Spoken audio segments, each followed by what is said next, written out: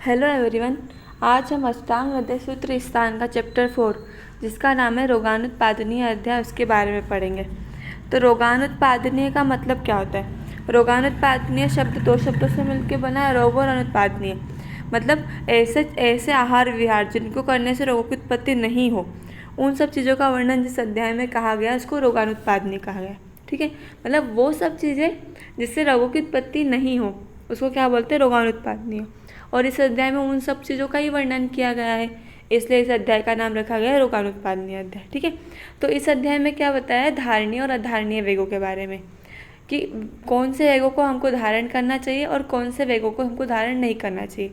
वेग मतलब वेग को इंग्लिश में अर्जेस, ठीक है, जो अर्ज होती है, ठीक है, उसको बोलते हैं। तो यहाँ पर वेग से क्या मतलब लिया गया है?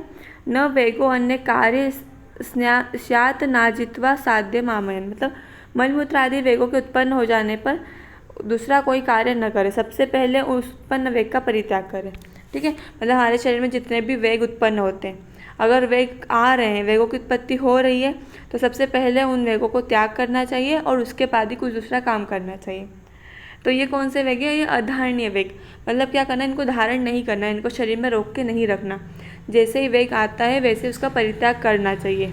और धारणीय वेग क्या होते हैं? जो काम, क्रोध, लोभ वगैरह होते हैं ना, उनको धारण करके रखना। उन चीज़ों को, ईर्ष्या वगैरह को बाहर नहीं निकालना, मतलब वो व्यक्त नहीं करना मतलब हमारे मन में भी वो चीज़ें नहीं आनी चाहिए। वो दबी हुई अगर हो तो ठीक, अगर है शरीर में तो दबी हुई होनी चाहिए या फिर होनी ही नहीं चाहिए।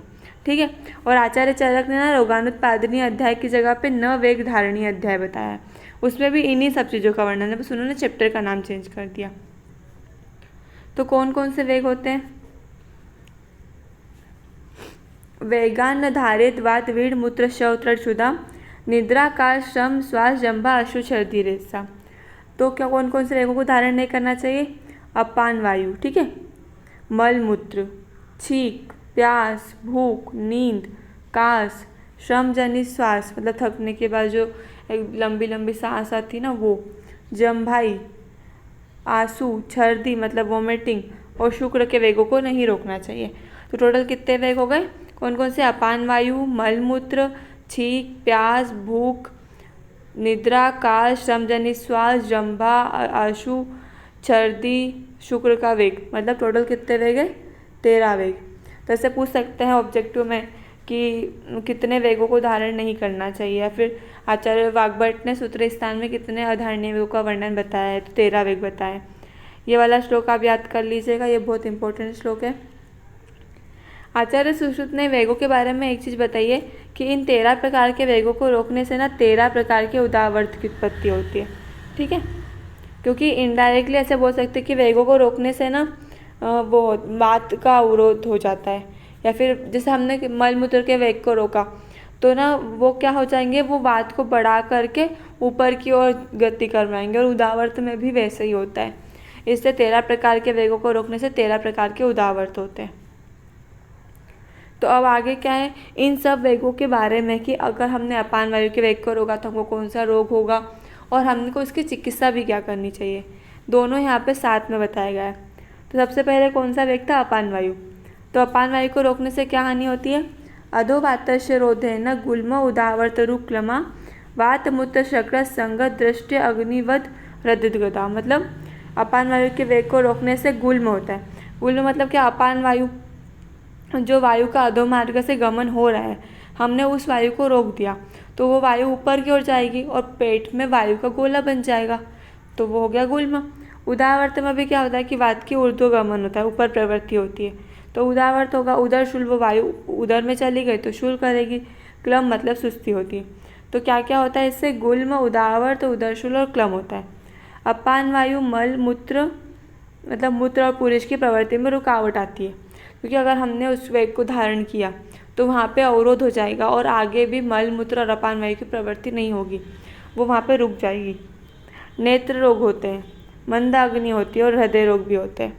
ठीक है, क्योंकि अगर हम ऐसे देखें कि हमने वात को रोक दिया, ठीक है, जो अधोमार्ग से निकल रही थी, तो वो वात क्या हो गई? ऊपर आ गई, तो उसने पेट में आगे गुल्म, उदावर्त, उदर शूल, मंदाग्नि ये सब कर दिया, और उसकी वजह से मलमूत्र वगैरह का अवरोध हो गया, तो वो बात और ज़्यादा बढ़ जाएगी और वो बात कहाँ चल जाएगी, हृदय में चली जाएगी, तो उससे हृदय रोग भी होंगे। और अगर वो नेत्र में चले जाते हैं तो उससे नेत्र रोग भी होते हैं। ठीक है, तो अपान वायु को रोकने से क्या क्या होता है, गुल्म, उदावर्त, उदरशूल, क्लम, अपान वायु मूत्र पुरुष की रुकावट, नेत्र रोग, मंदाग्नि और हृदय रोग होते हैं। तब अब बहुत सारा ऐसा होता है कि लज्जा की वजह से या फिर कुछ भरी सभा में बैठे हुए इस वजह से व्यक्ति अपान वायु के वेग को धारण कर लेता है, तो अब उससे ये सब डिसीज़ हो गई। तो वैसा तो है नहीं कि मतलब उस डिसीज़ को कोई ट्रीट करने के लिए कोई चिकित्सा नहीं है, उसके लिए चिकित्सा भी आचार्यों ने बताई है कि अगर आप अपान वायु के वेग को धारण करते हैं तो उसकी चिकित्सा क्या है, ये सब साथ में ही बताया है। तो पहले अपन एक बार पढ़ लेते हैं, फिर डबल से पढ़ लेंगे। पुरुष के वेग को रोकने के कारण पैदा हुए रोगों में उसकी चिकित्सा का निर्देश किया गया। तो क्या अपान वायु मल मूत्र सब में सेम चिकित्सा है कि मल प्रवृत्ति वर्ती का प्रयोग करेंगे, उदर के ऊपर अभ्यंग करेंगे, द्रोणी अवगाहन और स्वेदन और बस्ती कर्म करेंगे। ठीक है, तो अपन उसके साथ में मल के वेग को धारण करने से कौन से रोग होते हैं और मूत्र के वेग को धारण करने से कौन से रोग होते हैं ये भी पढ़ लेते हैं। तो मल के वेग को धारण करने से क्या होगा, शक्रत पिंडिको द्वेष्टन प्रतिशाय शिरोरुज ऊर्ध्ववायु परिकर्तो हृदय शुप्रोधनम मुखेन विट प्रवृत्तिश्च पूर्वोक्तश्च आम स्मृता। मतलब पुरुष के वेग को रोकने से पिंडलियों में ऐंठन होती है। मतलब अगर आप एक दिन भी अगर ऐसा होता है कि आप मल के वेग को रोक रहे तो आपके हाथ पैर दुखने लग जाते हैं, तो उसको पैरों में स्पेशली जंघा प्रदेश में पेन होता है तो उसको पिंडलियों में ऐंठन बोलते हैं। प्रतिशाय होता है, सिर में पीड़ा होती है, हेडेक होती है, जिनको कॉन्स्टिपेशन होता है वो लोग ये फील करते होंगे। उद्गार मतलब डकारे आती है, परिकर्तिका मतलब गुदवलियों में ना ऐसा लगता है कि कैंची चल रही हो, कैंची के काटने जैसी पीड़ा होती है। हृदय की गति में रुकावट होती है और मुख से मल का निकलना, कि अगर मल का अधो मार्ग से प्रवृत्ति नहीं हो रही तो वो मल ऊर्ध्व मार्ग से निकलेगा।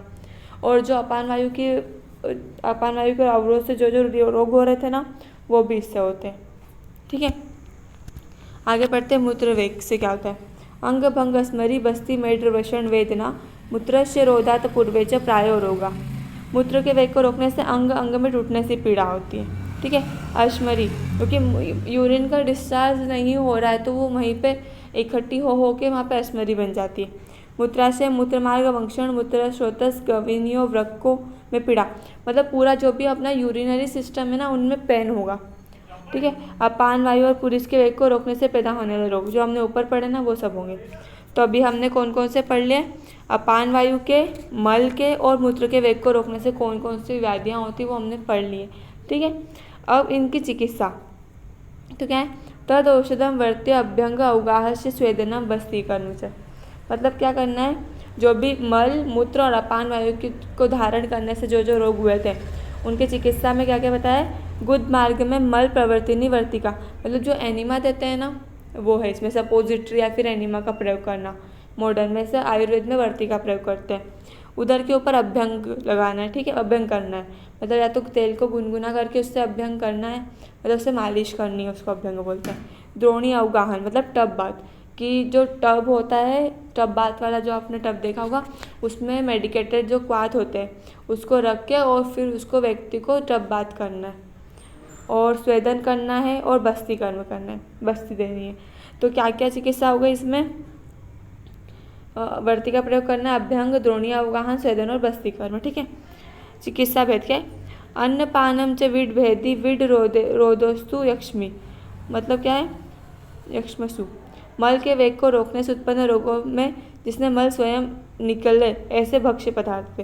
मतलब अगर मल का वेग धारण किया है तो उसमें क्या हो रहा है कि मल का और ज़्यादा अवरोध हो रहा है, तो उसमें ऐसे अन्न देने या ऐसे पदार्थ देने जिससे उसका मल का प्रवृत्ति हो जाए। ठीक है, मतलब दीपन पाचन करने वाले मतलब या फिर विरेचन वाली औषधियाँ देनी, श्वसन, अनुलोमन, ये सब टर्मिनोलॉजी आप आगे पढ़ेंगे तो ऐसी मेडिसिन देंगे जिससे उसको अपने आप मल की प्रवृत्ति हो जाए। फिर क्या, मूत्र वेग रोधक चिकित्सा, मूत्र वेग को रोकने से जो रोग हो रहे थे, क्या कहते हैं, अंग भंग, अश्मरी और जितना भी पूरा यूरिनरी सिस्टम है उसमें पेन हो रहा था, तो उसकी चिकित्सा क्या है, मूत्र जेषु तु पाने च प्राग भक्तम सच्यते घृतम जीर्णांतिकम च उत्तमया मात्रया योजनाद्वयम अवपीड़कम एतच्च संगीतम। मतलब मूत्र के वेग को रोकने से उत्पन्न रोगों में अवपीड़क घृत का प्रयोग करते हैं। ठीक है, अवपीड़क घृत क्या होता है, भोजन करने से पहले और भोजन करने के बाद उत्तम मात्रा में घृत देना, वो अवपीड़क घृत होता है। इस प्रकार 2 बार सेवन किए गए घृत को अपीड़क घृत कहते हैं। मतलब इसमें बस स्पेशल है कि मूत्र वेग अगर मूत्र वेग कोई धारण कर रहा है तो उससे जो रोग हो रहे हैं ना, उनकी चिकित्सा में क्या है, उसको अपीड़क घृत देना है। मतलब घृत नॉर्मली घृत है, वो कोई मेडिकेटेड घी नहीं है। उसको बस क्या है, भोजन करने के पहले और भोजन पच जाने के बाद उसको इतनी मात्रा में देना है, मतलब जो जितना व्यक्ति सहन कर सके उत्तम मात्रा में। तो 2 बार सेवन किया गया और वो भी मेडिकेटेड नहीं है, तो इसको क्या बोला है, अपीड़क घृत बोला है। तो पूछ सकते हैं कि अपीड़क घृत का प्रयोग कौन से वेग को धारण करने की चिकित्सा है। ठीक है, तो हमने वात, मूत्र और पुरुष तीनों के वेग को धारण करने से होने वाले रोग और उनकी चिकित्सा पढ़ ली है। अब इसके बाद क्या आता है, उद्गार वेग को रोकने से चिकित्सा। ठीक है, उस मतलब उद्गार वेग को धारण करने से होने वाले रोग और उनकी चिकित्सा। उद्गार मतलब क्या होता है, डकार। ठीक है, धारणात् पुनः उद्गारस्य अरुचि कंपो विबंधो हृदय उरसो आद्यमानकास हिदमाश हिदमा वत्तत्र भेषजम। मतलब क्या, डकार के वेग को रोकने से क्या होगा, अरुचि होगी, मतलब खाना खाने की इच्छा नहीं होगी, शरीर में कपकपी होगी, मतलब हाथ पैर कांपने लगेंगे उसके, हृदय और फुफ्फुस की गति में रुकावट होगी, मतलब हार्ट रेट भी कम हो जाती है और रेस्पिरेटरी रेट भी कम हो जाती है। अफरा मतलब ऐसे पेट भरा भरा सा लगता है। कास और हिक्का की उत्पत्ति होती है, खांसी चलने लग जाती है और हिक्का हिचकी भी होती है। ठीक है, और इसकी चिकित्सा भी क्या है, हिक्का रोग के समान चिकित्सा है। इसमें ना श्लोक में लिखा है विबंध, और यहाँ पे विबंध मीनिंग में नहीं लिखा, तो विबंध मतलब कॉन्स्टिपेशन भी होता है। तो उद्गार को वेग को रोकने से क्या क्या होता है, अरुचि, कंप, हाथ पैर कांपते, विबंध होता है, हृदय और फुफ्फुस की गति में रुकावट होती है, आत्मान, कास और हिक्का मतलब हिक्कप्स होती है। और इसकी चिकित्सा किसके समान है, हिक्का रोग की चिकित्सा के समान। फिर इसके बाद आता है छींक के वेग को रोकने से क्या डिसीज होती है, चीरो अर्ति अति इंद्रिय दौर्बल्य मन्य स्तंभ अर्दित छूते। मतलब क्या था, सिर में पीड़ा, शिरो अर्ति, अर्ति मतलब क्या होता है, पीड़ा, तो सिर में पीड़ा होती है। इंद्रिय दौर्बल्य मतलब जो 5 ज्ञानेंद्रिय ना हमारे, कान, आँख, नाक, जीभ और त्वचा, इन 5 ज्ञानेंद्रियों में दुर्बलता होती है, मतलब कम सुनाई देता है, कम दिखाई देता है, ये सब चीज़ें होती है छींक के वेग को रोकने से। मन्या स्तंभ, मन्या स्कंध मतलब सर्वाइकल स्पॉन्डिलाइटिस। ठीक है, अर्दित, अर्दित मतलब क्या होता है, फेशियल पाल्सी। ठीक है, तो छींक के वेग को रोकने से क्या होता है, अब हमको छींक आ रही, तो अगर नॉर्मली हम देखें कि ऊपर वाली सारी डिसीजेस होगी, सिर दुखेगा, जो हमारी ज्ञानेंद्रियाँ दुर्बल हो जाएगी, पीछे सर्वाइकल में जो मतलब सर्वाइकल स्पॉन्डिलाइटिस मन्या स्तंभ होगा, मुख में ही मतलब जो पैरालिसिस होता है फेशियल पाल्सी वो हो जाएगी। ठीक है, तो फिर इसकी चिकित्सा क्या करेंगे हम, तीक्ष्ण धूम अंजन घ्राण नावन अर्क विलोकने प्रवर्त ये क्षुतिम सक्ताम स्नेह स्वेदोच शीले। यह छींक के वेग को रोकने से उत्पन्न रोगों की चिकित्सा में तीक्ष्ण द्रव्य से धूमपान कराएंगे। ठीक है, धूमपान क्या होता है कि एक ऐसे धूम्रपान और धूमपान में डिफरेंस है। ठीक है, उसमें क्या होता है, धूमपान में एक वर्ती मतलब एक रोड टाइप ऐसा मतलब मेडिकेटेड वर्ती ट्यूब टाइप बनाते हैं, उसको घी में डुबा करके और फिर ना उसको धुआं नाक से या मुँह से लेते हैं। ठीक है, तो अगर हम तीक्ष्ण द्रव्य से धूमपान कराएंगे तो तीक्ष्ण द्रव्य अगर हमारी नाक में जाते हैं तो हमको वापस से छींक आएगी, तो वो वेग वापस से आ जाएगा। इसलिए तीक्ष्ण द्रव्य से बनाए हुए द्रव्य से अंजन कराएंगे, आँखों में लगाएंगे तीक्ष्ण द्रव्य से नस से देंगे, कि नाक में हम जो नेजल ड्रॉप डालते हैं ना, वैसे तीक्ष्ण द्रव्य को नाक में डालते हैं और सूर्य की ओर देखने से पुनः छींक आ जाती है। ठीक है, और फिर क्या करेंगे, स्नेह स्वेदन करेंगे, मतलब ऐसी चीज़ें करेंगे जिससे फिर से छींक आ जाए। तो तीक्ष्ण द्रव्य से धूमपान, अंजन, नस्य या फिर सूर्य की ओर देखते रहेंगे और फिर स्नेह स्वेदन करेंगे। तो ये क्या होगा, छींक के वेग को धारण करने से जो होने वाले रोग थे कौन कौन से, सिर में पीड़ा, इंद्रियों की दुर्बलता, मन्या स्तंभ और अर्दित, इनकी चिकित्सा हो गई। ठीक है, अब इसके बाद देखते हैं तृष्णा। तृष्णा मतलब क्या होता है, प्यास। तो प्यास अगर हमको लग रही है, अगर हम कहीं ऐसी जगह पे हमारे पास पानी नहीं है और हमको बहुत ज़्यादा प्यास लग रही है, तो हमने प्यास के वेग को धारण किया है, तो फिर उस पर क्या क्या रोग हो सकते हैं, शोष, अंग साध, बाधिर्य, सम्मोह, भ्रम, हृदगता। ठीक है, मतलब क्या होता है इसमें, जब प्यास लग रही है हमको पानी नहीं मिल रहा है तो मुख शोष होगा, मुख सूखेगा, शरीर में शिथिलता होगी, मतलब हाथ पैर थोड़े ढीले पड़ जाएंगे। बधिरता, ये याद रखना, बधिरता मतलब क्या होता है, बहरापन, डेफनेस। ठीक है, मोह, बेहोश हो जाते हैं, भ्रम, चक्कर आते हैं और हृदय रोग होते हैं। तो ये तो आप सोच सकते हैं कि अगर प्यास लग रही है तो मुख सूखेगा, शरीर में शिथिलता होगी, बेहोश हो जाएगा, चक्कर आएंगे। बस हृदय रोग और स्पेशल बधिरता, कि अगर प्यास लग रही है और इंसान बहरा हो रहा है, ये तो आज तक कभी सुना ही नहीं होगा। ठीक है, तो ये थोड़ा अलग है, तो आप इसको याद रख लेना। ठीक है, और इसकी चिकित्सा क्या है? तृष्णाया निग्रहात् तत्र शीत सर्व विधि अर्थित। मतलब क्या है? इस स्थिति में क्या होता है? आहार विहार औषध में शीत चिकित्सा, मतलब सारी ठंडी ठंडी चिकित्सा करनी चाहिए। और इसमें कौन सी वायु दृष्टि होती है? प्राणवायु की। अभी जो हमने देखे ऊपर, उसमें भी शायद उद्गार और छींक दोनों में प्राणवायु की दृष्टि हो रही है, और मल मूत्र और पुरुष तीनों में क्या हो रहा था? अपान वायु की दृष्टि हो रही है। ठीक है, अब उसके बाद क्या है? क्षुधावेग। क्षुधा मतलब भूख लगना। ठीक है, तो अगर हमको भूख लग रही है और हम खाना नहीं खा रहे हैं या फिर हमको खाना नहीं मिल रहा है, तो हमको क्या क्या रोग होंगे? अंग भंग, अरुचि, ग्लानि, कार्श, शूल, भ्रमा, क्षुधा। तत्र योज्यम लघु स्निग्धम उष्ण अल्पम च भोजनम। क्या होता है? भूख लग रही है लेकिन भोजन नहीं करे तो शरीर में टूटने से पीड़ा होगी, अंग भंग होगा, अरुचि होगी, फिर उसके बाद खाना खाने की इच्छा नहीं होगी, ग्लानि होगी, कुछ करने का मन नहीं होगा, ग्रस्ता का अनुभव लगेगा, सब मतलब शरीर में बहुत कमजोरी लगेगी, शूल होगा और चक्कर साल लगेगा। ठीक है, चिकित्सा के तत्र यज्ञम लघु स्निग्धम उष्णम अल्पम च भोजनम। हल्का भोजन देंगे, स्निग्ध भोजन देंगे, मतलब घी तेल युक्त भोजन देंगे, और गर्म थोड़ा रुचिकर भोजन देंगे, ऐसा भोजन देंगे जो उसको अच्छा लगता हो रोगी को। ठीक है, तो भूख के वेग को हमने धारण किया, तो हमारी कौन सी वायु दूषित हो गई? समान वायु। ठीक है, समान वायु का स्थान आमाशय था, तो इससे क्या होगा? शरीर में टूटने से पीड़ा हुई, अरुचि, ग्लानि, कृष्णता, शूल और चक्कर आना। तो उसकी चिकित्सा क्या करेंगे? हम उसको हल्का और स्निग्ध भोजन देंगे और गर्म देंगे भोजन, और उसको रुचिकर भोजन, मतलब जो रोगी को प्रिय भोजन होगा ना, वो देंगे उसको। ठीक है, फिर आती है निद्रा। बहुत मतलब ऐसा अब आजकल तो ऐसा कि सेडेंटरी लाइफ स्टाइल जो लोग फॉलो कर रहे हैं, वो लोग बहुत कम सोते हैं या फिर रात को देर तक जागते हैं, सुबह लेट तक, तो ये एक तरह से नींद के वेग को रोक रहे हैं। ठीक है, तो क्या हो रहा है उससे? मोह मूर्धा निद्राया मोह मूर्धा अक्षि गौरव आश्य अक्षि गौरव आलस्य जंबिका अंग मर्दस्य तत्र एष्ट स्वप्न संवाहनानी चाहिए। मतलब क्या हो रहा है इससे? मोह हो रहा है, मतलब बेहोशी हो रही है। मूर्धा अक्षि गौरव मतलब सिर और आंखों में भारीपन होता है। आलस्य होती है, जंबिका मतलब जंबाई मतलब यॉर्निंग होती है। अंग मर्द अंगों में मसलने जिस मतलब पूरे हाथ पे ऐसे दर्द होते हैं। ठीक है, चिकित्सा के कारण तत्रेष्ट स्वप्न संवाहनानी चाहिए। मतलब इस रोगी को ना बहुत अच्छे से, मतलब जितना वो सोना चाह रहा है उतना सोने दे, और नींद आने से पहले तक उसके हाथ पैर और सिर को दबाए। ठीक है, ताकि उसको बहुत हल्का अनुभव हो और उसको नींद जल्दी आ जाए। और इसमें कौन सी बात दृष्टि होती है? प्राणवायु की दृष्टि होती है। तो निद्रा वेग को मतलब हम नॉर्मली देखते हैं, अगर हम एक दिन नहीं सोए तो हम कैसे आँखें और सिर भारी भारी लगता है, आलसी आती है, बहुत ज़्यादा जम्भाई आती है, हाथ पैर दर्द करते हैं, और जब बहुत ज़्यादा देर तक, बहुत ज़्यादा दिनों तक नहीं उसका नींद पूरी होती तो बेहोश वगैरह हो जाता है पेशेंट। तो इसमें से एक ही चिकित्सा है कि उसको अच्छे से सोने दे और उसके हाथ पैर और सिर को दबाते रहे जब तक उसको नींद आ रही है तब तक। उसके बाद है कास वेग निरोधज रोग की चिकित्सा। ठीक है, कास मतलब खांसी आ रही है और हम खांस नहीं रहे, मतलब हम उसके वेग को भी रोक रहे हैं, तो उससे क्या होगा? कासस्य से रोधा तद्वृद्धि श्वास अरुचि हृदयामय शोषो हिदमा च कार्यो अत्र कासा सूत्राम विधि।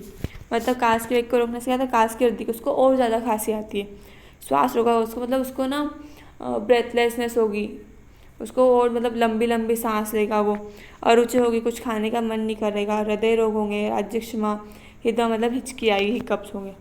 ठीक है, उसकी चिकित्सा क्या है? कास रोग की चिकित्सा। आप लोग चिकित्सा स्थान में इन सारी डिसीजेस की चिकित्सा पढ़ेंगे। जैसे आपने उद्गार में पढ़ा था कि हिक्का की चिकित्सा, इसमें कास का वेग धारण करने से जो रोग हो रहे हैं उसमें कास की चिकित्सा करनी है। ठीक है, तो कास के वेग को रोकने से क्या होता है? कास और ज़्यादा बढ़ जाता है, श्वास रोग होता है, अरुचि, हृदय रोग, शोष मतलब राज्यक्षमा टीबी होती है, और हिदमा मतलब हिक्कप्स होती है। और कौन सी बात दृष्टि होती है इसमें? उदान वायु की दृष्टि होती है। अब कास के बाद क्या आता है? श्रम जनित श्वास, मतलब हम लोगों ने बहुत ज़्यादा काम कर लिया और हमको बहुत लंबी लंबी श्वास आ रही है, लेकिन हम उसको भी रोक रहे हैं, तो उससे क्या होगा? गुल्म हृदरोग सम्मोहा श्रम श्वासाद विधारिता। ठीक है, मतलब क्या होता है? गुल्म और हृदय संबंधित रोग और मूर्छा होती है। ठीक है, और इसमें कौन सी वायु दृष्टि होती है? व्यान वायु। अब श्वास है तो इसमें व्यान वायु दृष्टि होती है, मतलब जैसे हमने काम किया, हमारा पूरा शरीर थका हुआ है ना, और पूरा शरीर कौन से वात का स्थान है? व्यान वायु का स्थान है, इसलिए तो श्रमजनित श्वास को रोकने से गुल्म और हृदय संबंधित रोग होते हैं और मूर्छा होती है। ठीक है। हितम विश्रमणम तत्र वातग्न क्रियाक्रम। तो इसके लिए क्या कराना है, उसको उस व्यक्ति को विश्राम कराना है, उसको आराम देना है, क्योंकि उसने बहुत काम कर लिया। और वातग्नस्य क्रियाक्रम मतलब वात शामक क्रियाक्रम कराने से वातनाशक अभ्यंग कराएंगे, स्वेदन कराएंगे, ये सब चीज़ें कराएंगे। मतलब ऐसी सारी चिकित्साएं कराएंगे जो वात का शमन करती है। तो श्रमजनित श्वास को रोकने से गुल्म होता है और हृदरोग होता है और मूर्छा तो वो बेहोश भी हो जाता है। तो उसको आराम करवाओ और वातनाशक चिकित्सा करवाओ। फिर आती है जंभा। मतलब अगर किसी को उबासी आ रही है और मतलब योनिंग हो रही है और वो उसके वेग को धारण कर रहा है, तो क्या होगा, जंभाया शववध रोगा। मतलब क्या होता है उसमें, जंभाई के वेग को रोकने से वही सब रोग होते हैं जिनका वर्णन मतलब ये छींक वाला जो था ना, सिर में पीड़ा, इंद्रियों की कमजोरी, मन स्तंभ आदि। शव मतलब क्या होता है, छींक। ठीक है। और इसकी चिकित्सा क्या, सर्वजश्च अनिल जिद विधि, मतलब वातनाशक चिकित्सा करनी है। श्रमजनित श्वास में भी वातनाशक चिकित्सा करनी है, जंभा में वातनाशक चिकित्सा करनी है। और जंभा को वेग के रोकने से कौन सी बात की दृष्टि होती है, प्राणवायु की दृष्टि होती है। ठीक है। तो जंभाई के वेग को रोकने से जो छींक में हमने लक्षण पढ़े थे वो होते हैं और उसकी चिकित्सा वातनाशक है। उद्गार के वेग को रोकने की जो चिकित्सा है वो हिक्का के समान है। काश के वेग को रोकने की चिकित्सा काश रोग चिकित्सा अध्याय में जो चिकित्सा बताई है वो है। ठीक है। अब इसके बाद आते हैं अश्रु। तो किसी को रोना आ रहा है लेकिन वो रो नहीं पा रहा है, फिर उसके आंसू नहीं निकल रहे हैं किसी कारण से, तो उसके रोकने से कौन से लक्षण दिखेंगे, पीनस अक्षि शिरो हृद उंग मन्या स्तंभ अरुचि भ्रमा स गुल्मा वाष्प सत्र स्वप्नो मध्य प्रिया कथा। मतलब क्या है, पीनस मतलब उसको ना सर्दी हो जाती है, नेत्र रोग होते हैं, शिरो रोग होते हैं, हृद रोग होंगे, मन्या स्तंभ अरुचि चक्कर आएंगे और गुल्म होगा। गुल्म बहुत जगह पड़ रहा है। अश्रु है तो आँख तो मतलब नेत्र रोग तो होंगे। ठीक है। अगर हमको बहुत ज़्यादा रोना आ रहा है लेकिन आंसू नहीं आया तो हमारा सिर दुखने लग जाता है। हृदय रोग, क्योंकि हृदय में पीड़ा हो रही है लेकिन आंसू नहीं आ रहे। फिर मन्या स्तंभ होता है, अरुचि कुछ खाने का मन नहीं करता है, कभी कभी तो उसको चक्कर भी आ जाते हैं, और गुल्म क्योंकि उसमें वात है तो वात तो गुल्म करेगा इसे। ठीक है। कौन सी वायु दृष्टि होती है इसमें, उदान वायु की दृष्टि होती है। चिकित्सा क्या है उसमें, उस रोग को, उसको अगर ये रोग हो रहा है तो उसको शयन कराए। ठीक है। मध्य का पान कराना, जो आशा वरिष्ठ वगैरह ना मेडिकेटेड उनका सेवन कराए। मनोहर कथाएं सुनाए और समझाने बुझाने वाली बातें करें। मतलब जो व्यक्ति है वो मतलब उसको किसी चीज़ का तो दुख है तो वो रोना चाह रहा है लेकिन उसको आंसू नहीं आ रहा है, तो उसको अच्छे से सुला दो या फिर उसको मद्यपान कराओ, उसको अच्छी अच्छी बातें सुनाओ, उसके माइंड को डाइवर्ट करने की कोशिश करो। ठीक है। जिससे वो नॉर्मल हो जाएगा। उसके बाद आता है छर्दी। छर्दी मतलब क्या होता है, वमन, वॉमिटिंग। ठीक है। छर्दी को वेग को रोकने से क्या होगा, विसर्प कोट कुष्ठ अक्षिकंडु पांडव आमय ज्वर सकार श्वास रल्लास व्यंग शौतोर वमे। ठीक है। छर्दी जो वॉमिटिंग है ना उसको रोकने से मैक्सिमम स्किन डिसीज होती है। तो क्या क्या है, विसर्प ये भी स्किन डिसीज है, कोट मतलब हाथ पैर में ना चकते पड़ जाते हैं, कुष्ठ लेप्रोसी, कंडू खुजली चलेगी। ठीक है। व्यंग मतलब अजीब अजीब से क्या बोलते हैं, कुछ दाग धब्बे हो जाते हैं ना वो। शोथ मतलब क्या होता है, इन्फ्लामेशन है, स्वेलिंग होगी। और क्या क्या होंगे एक्स्ट्रा, नेत्र रोग होते हैं, पांडु एनीमिया होता है, ज्वर, फीवर, काश, श्वास और जी मिचलाएगा। आप जब आगे वमन कर्म पढ़ेंगे ना पंचकर्म में या फिर अष्टांग में ही आगे, तो वहाँ पे वमन के जो अयोग, ठीक है, अयोग होना मतलब क्या होता है कि वो जो हमने करवाया है जो प्रोसीजर वो प्रॉपर नहीं हुई है, वो कम हुई है। तो कम हुई है मतलब जो वॉमिटिंग जितनी होनी चाहिए थी उतनी नहीं हुई, उससे कम हुई है, तो उससे भी यही सारे लक्षण दिखते हैं। उस प्रकार छर्दी के वेग को रोकने से भी ये सब लक्षण दिखते हैं, विसर्प, कोट, कुष्ठ, नेत्रों, कंडू, पांडु, ज्वर, काश, श्वास, जी मचलाना, व्यंग और शोथ। ठीक है। तो इसकी चिकित्सा क्या कराएंगे अपन, गंडूस धूमान आहार वृक्षम भुक्त्वा तद ध्रुवम व्यायाम श्रुति रसस्य शस्तम चात्र विरेचनम सशार लवणम तेलम अभ्यंगार्थम सस्यते। क्या कराएंगे, गंडूश। गंडूश मतलब क्या होता है कि मुंह के अंदर किसी भी मेडिकेटेड क्वाथ, घी, तेल या फिर नॉर्मल गुनगुना पानी जो होता है उसको मुंह में भर के रखना, मतलब मूवमेंट नहीं करना, पूरा ऐसे भर के रखना, उसको गंडूश बोलते हैं। धूमपान तो हमने देखा अभी, उपवास मतलब वो कुछ भी नहीं खाएगा, ऐसा नहीं कि जो अभी हम लोग ऐसे उपवास रखते हैं कि फरियाली खिचड़ी खा लेते हैं, ये सब नहीं। उपवास मतलब पूरा लंघन, खाली पेट रहना है। रुक्ष, और अगर कुछ खाना तो कुछ थोड़ा हल्का बस। रुक्षान्नों का सेवन कराएंगे, भोजन करने के तत्काल वमन करा देंगे, ठीक है। व्यायाम कराएंगे, विसर्प आदि रक्त स्राव कराएंगे, मतलब स्किन डिसीज होती है ना, उसमें जो रक्त मोक्षण होता है, क्या जो हमारा इम्प्योर ब्लड है वो निकल जाए, वो प्रोसीजर कराएंगे। विरेचन कराएंगे, मतलब ऐसी मेडिसिन देंगे जिससे ना उसके मोशन क्लियर हो जाए, उसको विरेचन कहते हैं।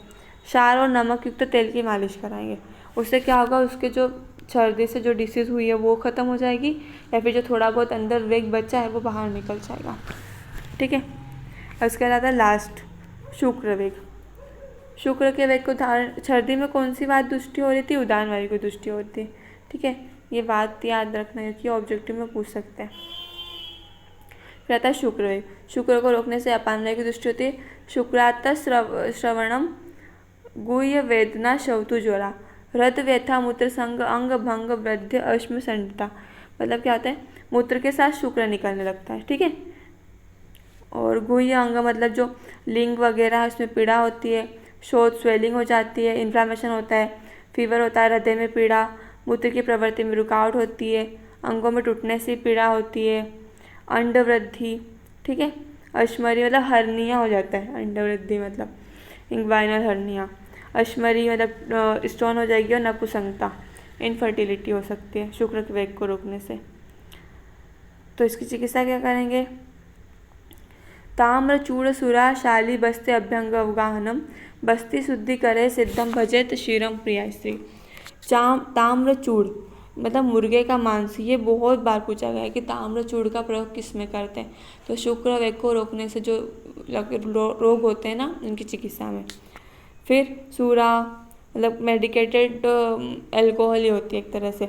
शाली धान्य, उत्तर बस्ती देंगे। अभ्यंग मतलब मालिश कराएंगे। अवगाहन जो हमने देखा था टब बाथ। बस्ती शुद्ध मतलब मूत्र प्रवर्तक गोखरू आदि से पकाए हुए दूध का प्रयोग करेंगे, मतलब ऐसी मेडिसिन देंगे जिससे ना हमारा यूरिनरी ब्लड है ना पूरा शुद्ध हो जाए, उसके अंदर जो भी है ऑब्स्ट्रक्शन वगैरह वो सब बाहर निकल जाए।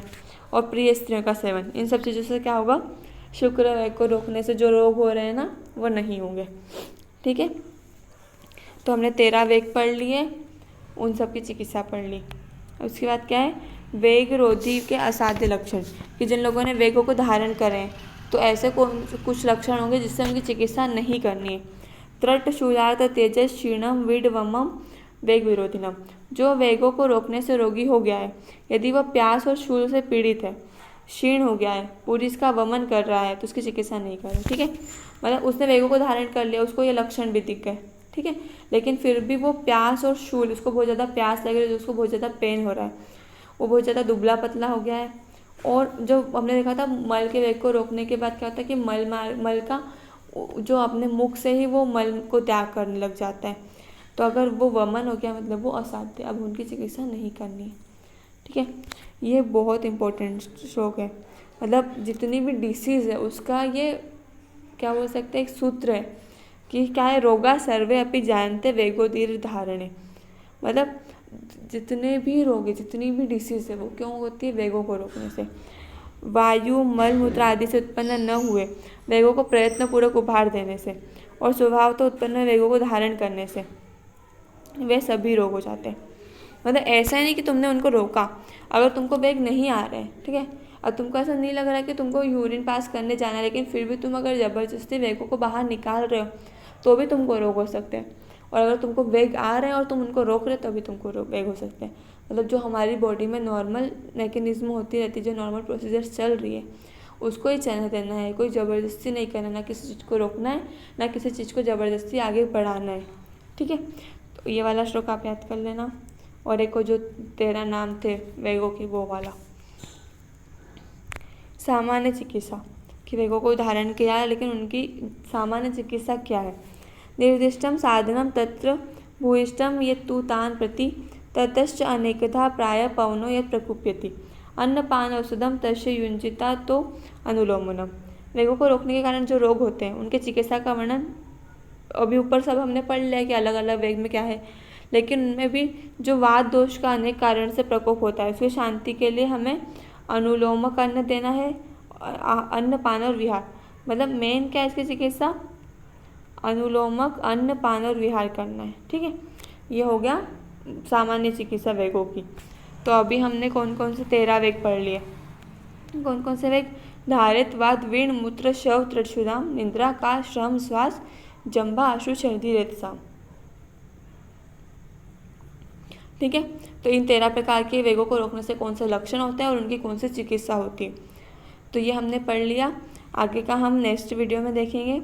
अगर आप लोगों को इसमें कोई डाउट हो तो आप कमेंट सेक्शन में पूछ सकते हैं। चैनल को सब्सक्राइब कीजिए, लाइक कीजिए और शेयर कीजिए। Thank you.